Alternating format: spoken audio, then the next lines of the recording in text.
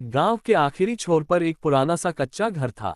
उस घर की दीवारों पर दरारें पड़ चुकी थीं और छत से कभी कभी मिट्टी झर जाती थी। उसी घर में एक बुढ़िया रहती थी, जिसे पूरा गांव उसके असली नाम से नहीं बल्कि उसके स्वभाव से जानता था। लोग उसे जगदालू बुढ़िया कहते थे, क्योंकि वह हर छोटी बात पर झगड़ा करने लगती थी। सुबह उठते ही उसके मुंह से शिकायतें निकलने लगती थीं और दिन ढलते ढलते उसका गुस्सा और बढ़ जाता था। अगर धूप तेज निकलती तो वह कहती कि भगवान भी उसे चैन से नहीं रहने देता। अगर बादल छा जाते तो वह बड़बड़ाती कि अब घर गिर जाएगा। कोई उससे प्यार से बात करता तब भी वह शक करती कि सामने वाला जरूर उसका मजाक उड़ा रहा है। धीरे धीरे गांव वाले उससे बात करने से बचने लगे, लेकिन बुढ़िया ये समझ ही नहीं पाती थी कि लोग उससे दूरी क्यों बना रहे हैं। उस बुढ़िया का एक बेटा था जिसका नाम रामदीन था। रामदीन मेहनती और सीधा सादा इंसान था। वह सुबह जल्दी उठकर काम पर चला जाता और शाम को थका हारा घर लौटता। वह अपनी माँ का बहुत सम्मान करता था और चाहता था कि घर में शांति बनी रहे। उसकी शादी सरला नाम की लड़की से हुई थी। सरला शांत स्वभाव की थी और रिश्तों को निभाने में विश्वास रखती थी। रामदीन और सरला के दो छोटे बच्चे थे, मोहन और राधा।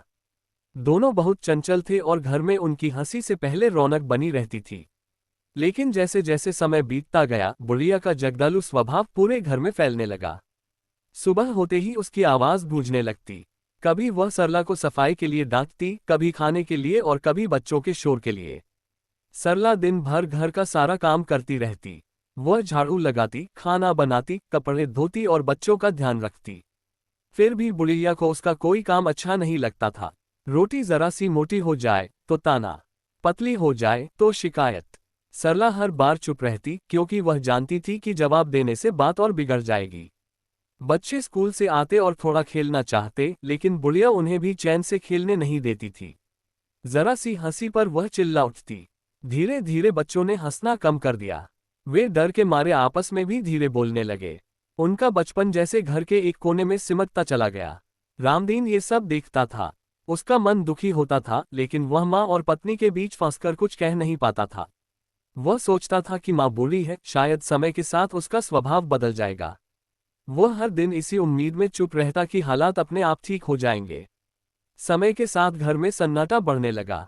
पहले जहां शाम को सब लोग साथ बैठते थे, अब वहां खामोशी रहती थी। सरला बच्चों के साथ अलग बैठती, रामदीन थककर चुपचाप लेट जाता और बुढ़िया अपनी चारपाई पर बैठकर सबको कोसती रहती। एक दिन सरला की तबीयत बहुत खराब थी। उसे बुखार था, फिर भी उसने घर का काम किया। उस दिन दाल में नमक थोड़ा कम रह गया। बुढ़िया ने थाली पटक दी और कड़वे शब्द बोल दिए। उन शब्दों ने सरला के दिल को गहरी चोट पहुंचाई। उस दिन सरला पहली बार रो पड़ी। रामदीन का दिल टूट गया, लेकिन वह कुछ कह नहीं पाया। उस रात घर में किसी को नींद नहीं आई। माहौल और ज्यादा भारी हो गया। कुछ महीनों बाद रामदीन को शहर में काम मिल गया। वह मजबूरी में चला गया। उसके जाने के बाद बुढ़िया और ज्यादा चिड़चिड़ी हो गई। रोज रोज के तानों से परेशान होकर एक दिन सरला बच्चों को लेकर मायके चली गई। घर पूरी तरह सूना हो गया। अब बुढ़िया घर में अकेली रह गई। पहले जो शांति उसे चाहिए थी, वही अब उसे डराने लगी। न बच्चों की आवाज, न बहू के कदम। कुछ दिनों बाद वह बीमार पड़ गई। पानी देने वाला भी कोई नहीं था। रात को उसे अपने शब्द याद आने लगे। उसे समझ आया कि उसके झगड़े ही उसके अपने लोगों को दूर ले गए।